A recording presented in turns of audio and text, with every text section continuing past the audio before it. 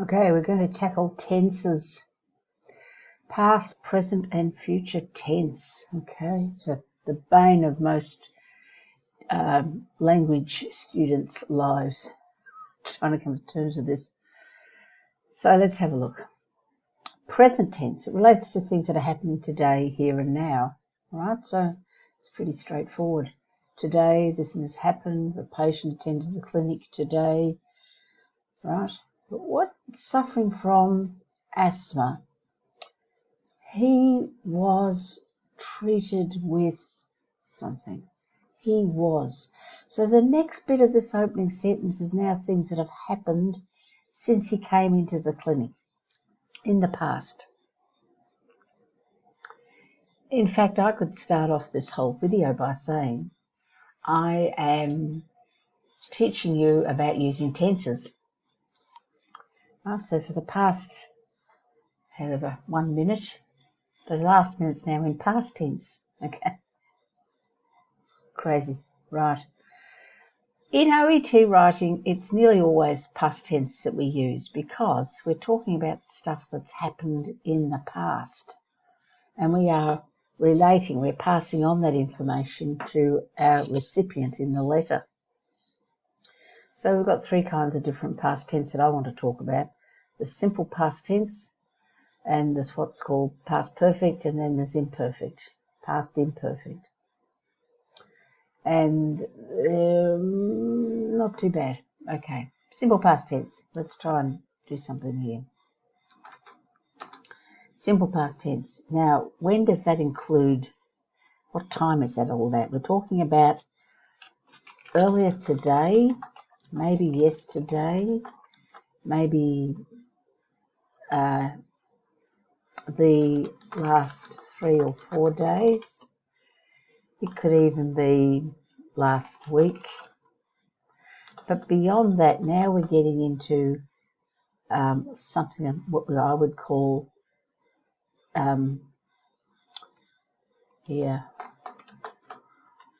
long time ago past tense. All right, there is no such thing called that. But it kind of keeps it clear in your mind what we're talking about. So we'll do this one first, okay? So simple past tense. So in simple past tense, words end in ed, well, usually. And that indicates it's happened, right? And ed indicates that something has happened, ending in an ed. Simple. That's all I'm going to say about that. Now we get into these two, and this is going to be a bit more difficult, all right? The key thing is that this one's completed at a point in time, so I'm going to put this in blue, I think, just to make, there we go. When you know exactly, you have a date, a month, a year in the case study. And so you've actually got that specific date, all right? And something happened back then, whenever it was. You can write like this.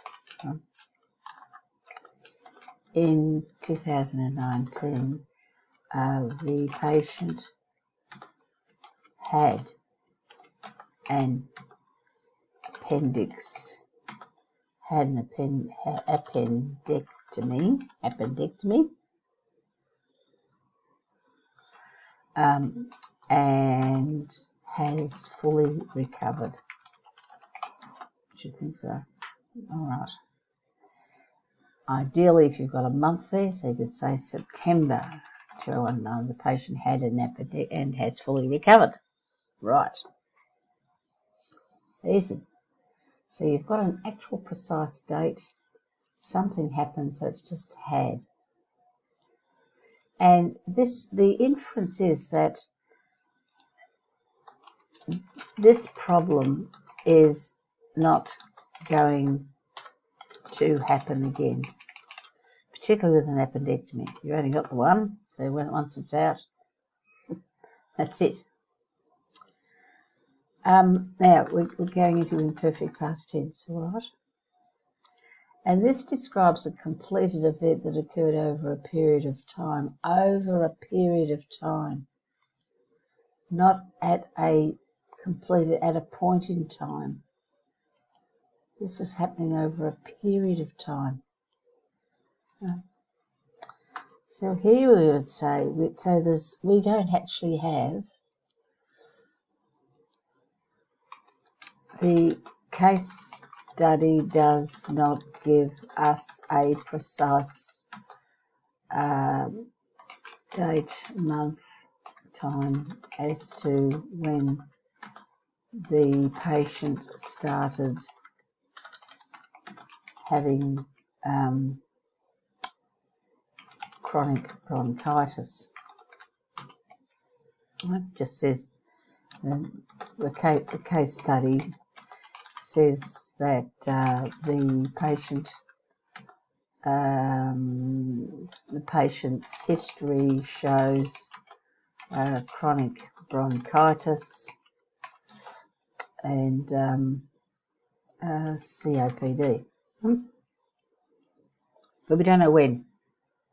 No. And the current problem, the patient's current problem is emphysema. That's why they're being referred. Emphysema. Are the two connected? Yes. They're both respiratory problems. And you don't know, so this emphysema could be related to the COPD and so on. It's, the lungs are kind of given up now. So, and the patient's probably still smoking, usually are. So you can write like this. This is, when this has been happening over a period of time, you might start back by saying, during this patient's earlier life, or during this patient's teenage years, because it might have something like that in the case study. He, she, depends man or woman. He, she suffered from chronic bronchitis and since 2015 COPD. So we've actually got a date for the COPD, but not for the other. What am I doing here? All right. So he suffered from that, and since then that. The inference is this infers the chronic bronchitis and the COPD are still happening to some extent, but I would say the emphysema has taken over. I'm not a doctor. That's what we want to do. This infers the chronic bronchitis and the COPD is still happening. So, the patient, this is the crucial bit, has been suffering from chronic bronchitis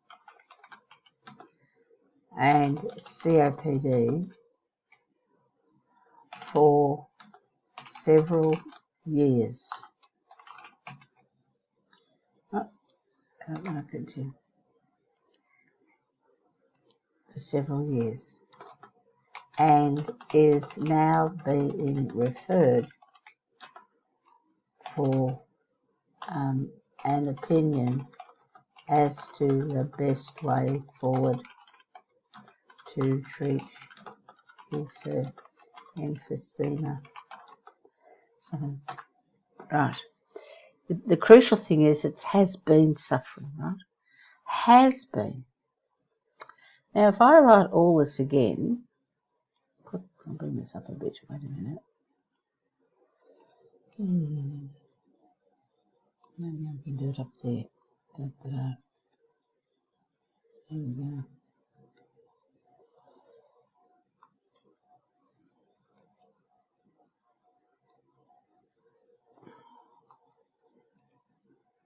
Oh, I just sort out myself here. Right.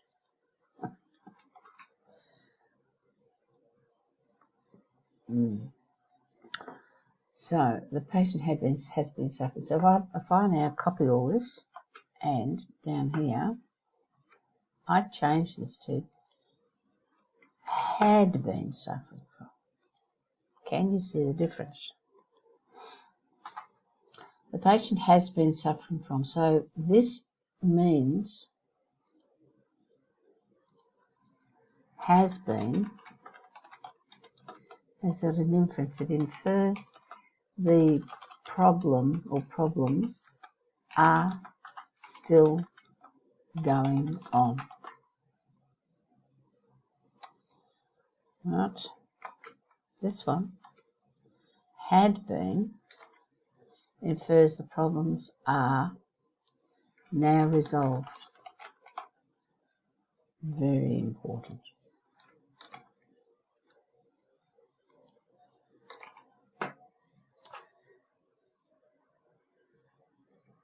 The patient has been suffering from chronic bronchitis for several years. The patient had been suffering from Crohn's several years and is now being referred for an opinion as the best way forward for treating his emphysema. So now it's got the emphysema. In this one, we've only got the emphysema, but back in the past did have chronic bronchitis and COPD. This one, the patient has been suffering from that and that for several years and is now being referred about emphysema. It's got all three things. This one has been suffering, still got it, still got COPD, chronic bronchitis. This one, chronic bronchitis, COPD have now been fixed up. They don't happen anymore, but now being referred because of emphysema. That's the crucial difference. When you don't really know an actual precise date, and you're talking in terms of for several years, in an earlier part of their life, all this sort of stuff, during the early part of his life, what could that mean? From the age of birth until, I don't know, 25, 30? This is for a 50-year-old patient. Right, so it's very, very vague. And we know it happened in the past, and it's happened a long time ago, so it's a long time ago past. It's not just a simple thing. It's not like last week, 2 weeks ago. That's simple past. All right. I hope that's clear. If not, we can talk about it. All right. Okay, so here we've got future tense, things that are to come. So we normally get into future tense in the end of the final paragraph. So final paragraphs of your OET letters often you request something to be done, right? So this has to be in the future. So it's words like please monitor and do this and this and this and this, or please provide your valued opinion as to the best way forward. Please provide your opinion as to whether or not this patient is a suitable candidate for a hip replacement. How about that for words? Huh? So this is in the future. Please do this, please do that. No, we're not at all certain. Okay, that's it for this one. Hope you'd enjoyed all this, and I hope you found it valuable. Okay.